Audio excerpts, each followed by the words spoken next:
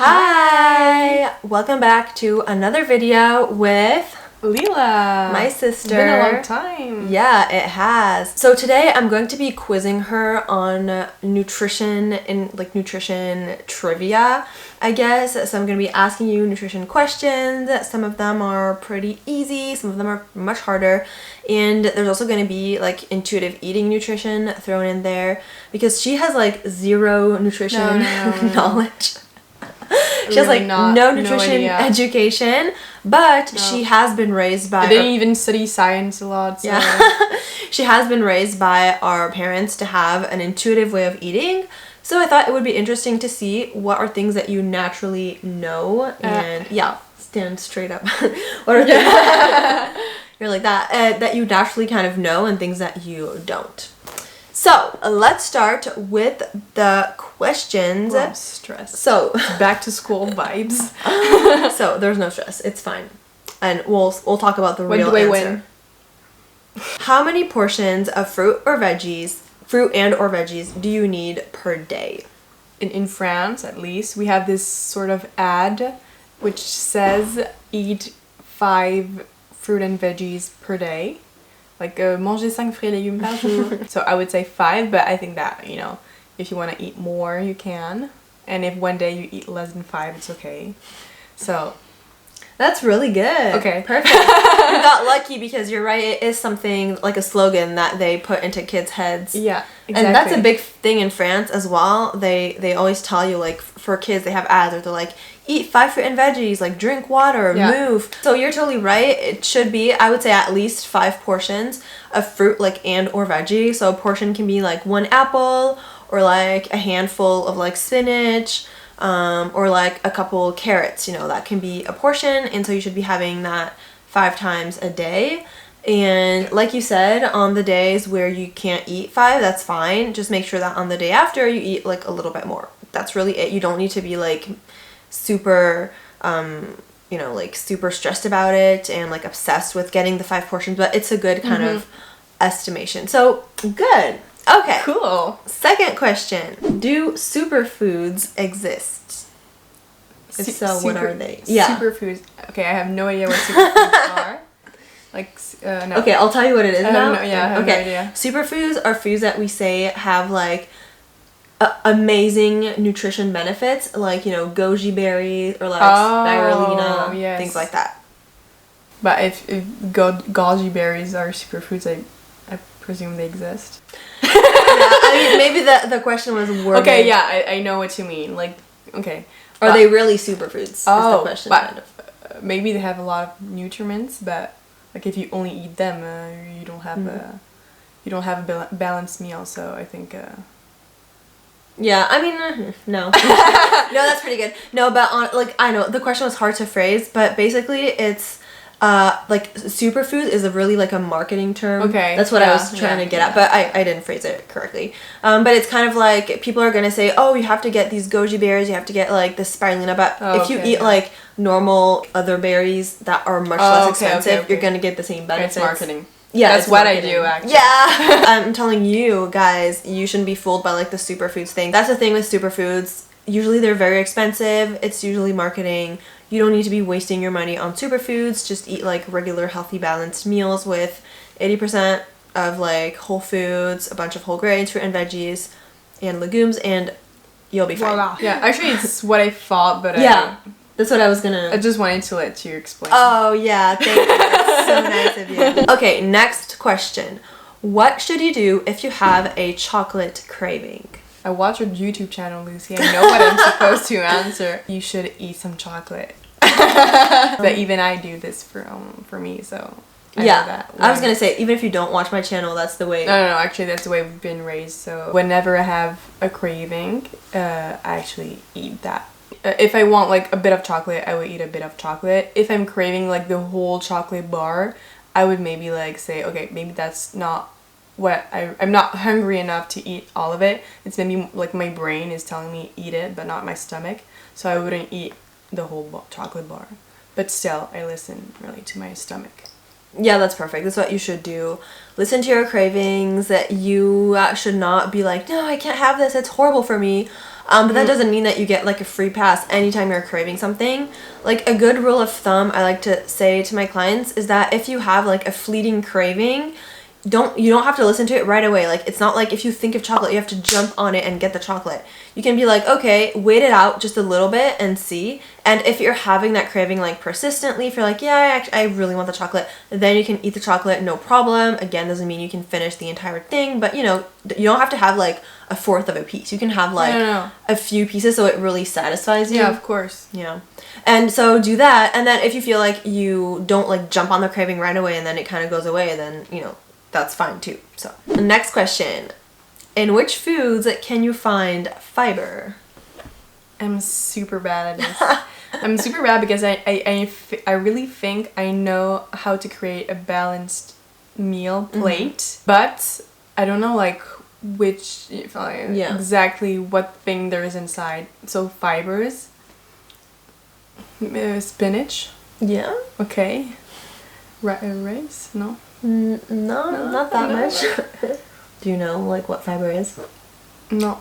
Okay. I think this question is interesting because if I tell you like, okay, you ate a meal like you're for lunch, let's say that you ate like white rice and you ate like I'm gonna say meat, but you know you don't eat meat, so you ate like a vegetarian alternative, or like maybe eggs, and you don't like eggs, but let's imagine I don't like anything, and then as you know, and then if you watch the videos, think that eggs are disgusting. Really hate everything that's linked to milk, milkshakes, and like ice cream, even like yogurt, but the flavor chocolate is bad. I hate candy.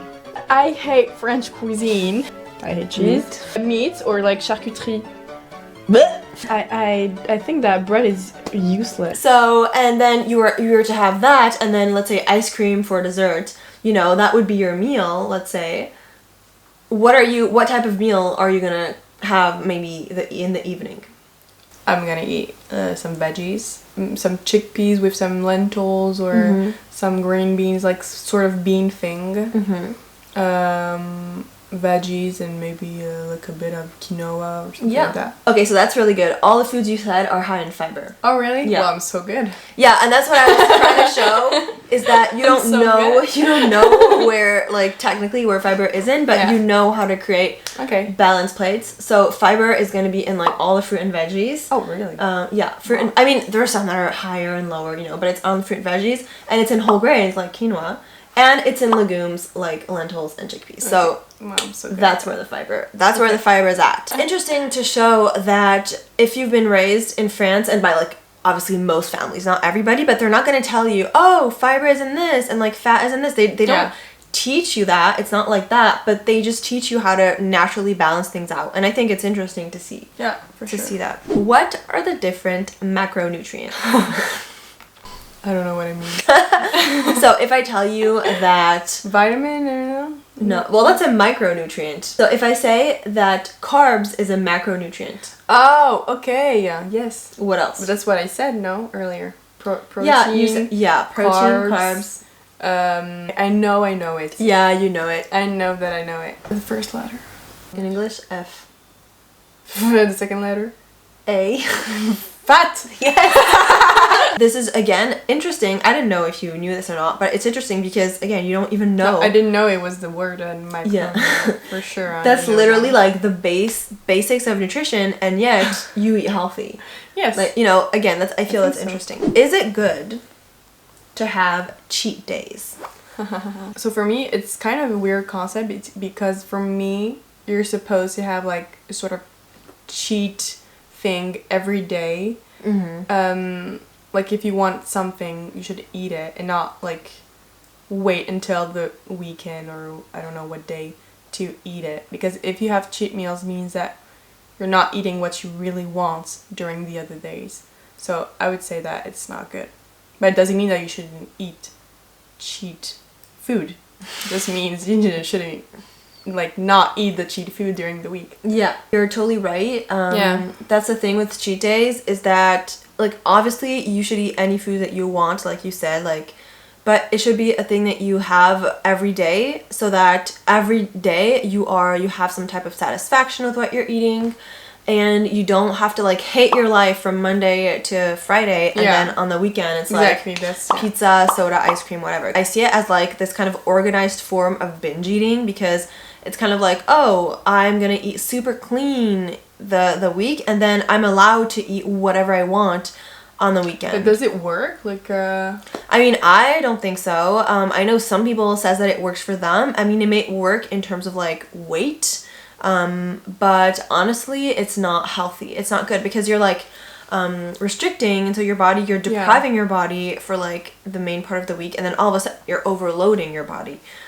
And I think psychologically is the biggest problem as well, because you're telling yourself all these foods are bad, so I can only have these bad foods within this specific time window, and when I eat them here, it doesn't count. And it's kind of like it's going to push you to do that. And even I have the example, because I was working in an office. Every day they had some like viennoiserie, some snacks. At the beginning, I would eat them every day. It was like, oh my god, yes, because my mom doesn't buy this at all. And at the end, since I had that every day, like in front of me, and literally in front of me, like on my desk, because my desk was like in the middle of the open space, at the end I didn't want it anymore. And I really understood the concept of like not having fear food, and to not have fear food, you have like to actually like eat that food, and if I have like a chocolate, some chocolate, and if I want some chocolate, I eat it. But if like I'm restricting from myself from eating chocolate, well, one day when I have chocolate, I will eat the whole bar, and it's not healthy. So I really understood that concept there. That's wonderful. That was great. Yeah. You can take clients. You know. Hi everyone, welcome back on Lucy's channel. Is a gluten-free diet healthier? Well, it's healthier if you're gluten intolerant. But if you're not, but no. Why? But because gluten is in a lot of very good things, like pizza, pasta. For me, it makes Italian. Eating gluten makes me happy. I think if I were gluten intolerant, it would be super hard. And I know someone who is, and she lives in Italy. So it's impossible for her to live. So if you're not gluten intolerant, I think you should like think life or not making gluten intolerant. No, that's absolutely right. So the only reasons why you should avoid gluten is if you suffer from celiac disease, or if you're intolerant to gluten, or like highly sensitive to gluten. That's it. And you mentioned the like aspect of it where it was like pleasurable for you, so that's not good. And you're totally right in terms of sustainability of your diet. If you're not satisfied because you can't eat all the foods you love that have gluten, that's not going to be good. But there's also a health aspect to it, because gluten is in a ton of grains, and like a bunch of whole grains that can be like really healthy for you. And also, if you are gluten free, then you're going to turn to more like gluten free foods, where basically it's like they try to mimic the food, like pasta for instance, so they take away the gluten, but then they try to replace that to still make the food kind of like palatable, to give it that kind of like gluten like texture. And so they're gonna put like more fat in it, more sugar in it, more like preservatives, things in it, additives that are not better for you than the gluten. So if you're not intolerant, gluten is great, healthy, pleasurable. Don't cut it from your diet. And it makes you happy. Yeah, love that. Super good. If you're hungry and it isn't mealtime, what do you do? Well, you eat. And what happens if you have a meal? This is like a real life situation that happened to us when we were kids, so I think it's interesting. Let's say you're like really hungry, and mom says, we're eating in 1 hour. What do you do?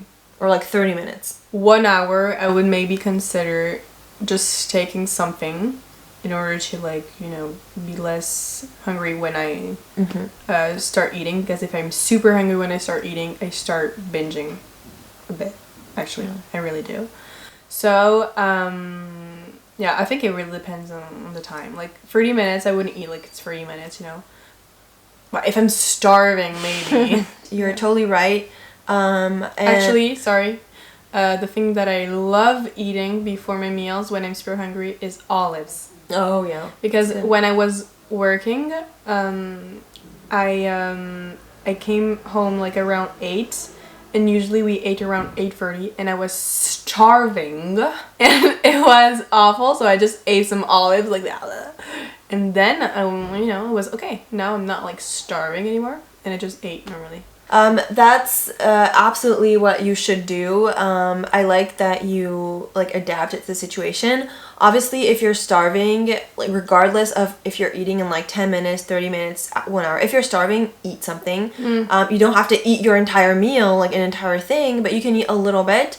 And this is actually going to help you like on the hunger and fullness scale. I'm just going to put it right here really quickly.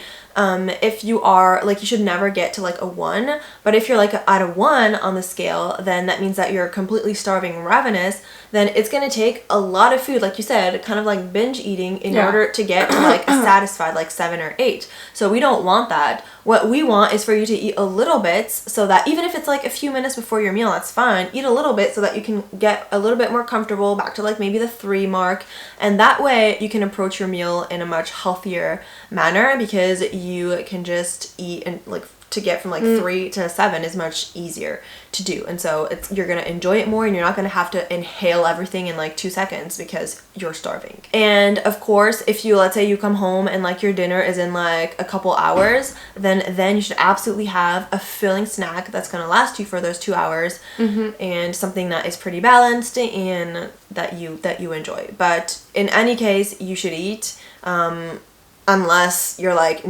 just a tiny bit hungry and your meal is like, in 15 minutes, then you can wait. You don't have to like eat only at meal times. You don't have to do that. Does eating fat make you fat? That's a tricky question, because I think that, of course, if you eat fat food every day, of course you're gonna gain weight, but like everything, it's just a matter of balance. But like if you eat a little bit of fat every day, no, it's not gonna make you fat. I know that fat is good. Like olive oil is super good, and it's fat. I put olive oil everywhere on everything. True. She even wants to put it on ice cream tonight. I want to try the ice cream trend, but really, I really want to try it. I'm craving that. So yeah, I think of course, if you drink the whole bottle of olive oil, not very good, huh? The artères bouchées, huh? Blocked arteries. Of course, that's perfect. Literally, like I don't have that much to add. If you eat any food, even vegetables, you can get too much of. It's just that it's hard for vegetables, because vegetables are very low in calories. And I think the reason why people are scared of fat is because it's pretty high in calories. I mean, I know you have no idea like the calories and things, but for instance, if you take like a bit the calories, a bit, but like if for instance, if I tell you like in between carbs and fats, which one have the most calories? Do you know? In terms of how can you compare? Like if you take like 1 gram of carbs versus 1 gram of fat.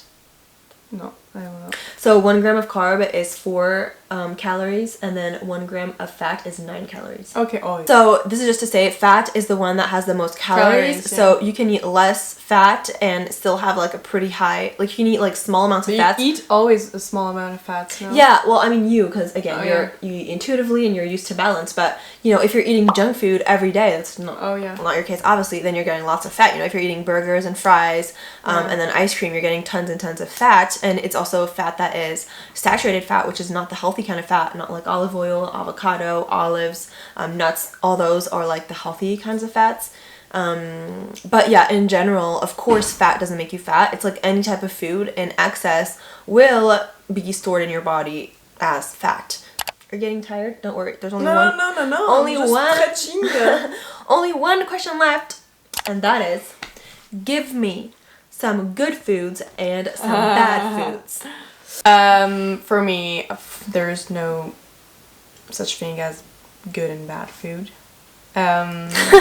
Once again, I'm always saying the same thing, is that everything is a matter of balance. There's not if in your head good food is veggies. If you only eat veggies, you're not healthy.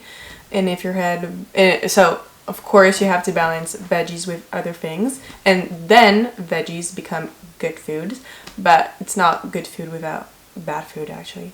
So, like, bad food that you consider bad, because we all know that in our mind, bad foods are like, well, fat, junk food, but actually, if you want junk food, like if you crave junk food, you should eat junk food. So, I think there's no bad and good food. Altogether, they're good. That's awesome. That's exactly right. There's no good or bad foods. Obviously, there are foods that are going to be more nutrient dense, like whole grains and veggies and legumes, all of that. And so you want to make sure that you're eating plenty of these foods, but there are no bad foods. There should be no off-limit foods. You should have no foods that you fear, that you're like scared of, that you're like, I can never have these foods. Of course not. And like we said on a previous point, you should be having these foods every day, actually, in like small amounts, like small, not like tiny, because it still needs to be satisfying. If you can have some pizza, and that's totally fine. And then you can have like for the meal after, you can have like a salad with lentils. Like that's totally fine. It just needs to be balanced, and you need to make sure that you're getting mainly nutrient dense foods. But you should absolutely treat yourself, and I'm not even gonna say once in a while. Treat yourself every day, or else it's not sustainable. If you wait until like a very, very long time to treat yourself, it's not going to work. You're gonna binge. And if you tell yourself there are good or bad foods, then the bad foods are going to be off limits in your head. Again, you're going to want to binge. So don't do that. When I was in Italy like 2 weeks ago. I ate pizza every single day for 1 week. And I'm really not kidding. And actually the last day I was gonna leave, so we said, okay, let's do a good restaurant of pizza. I went there, and actually I couldn't eat pizza anymore. So I took a plate of veggies. It was the vegetarian thing. And people, like Italians, they were like, what the fuck? But I know that I wouldn't have enjoyed this pizza at all.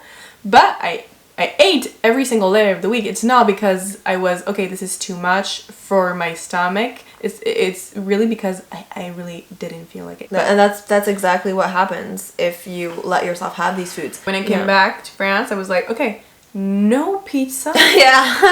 For 1 month. And it's not like I wasn't restricting myself. Of course. I went to the restaurant, and usually I always take a pizza, and I was like, no, But Italians are very good because they have super good pizza, super good pasta, and they're extremely slim. They're not only slim, they're super well shaped, built. Yeah.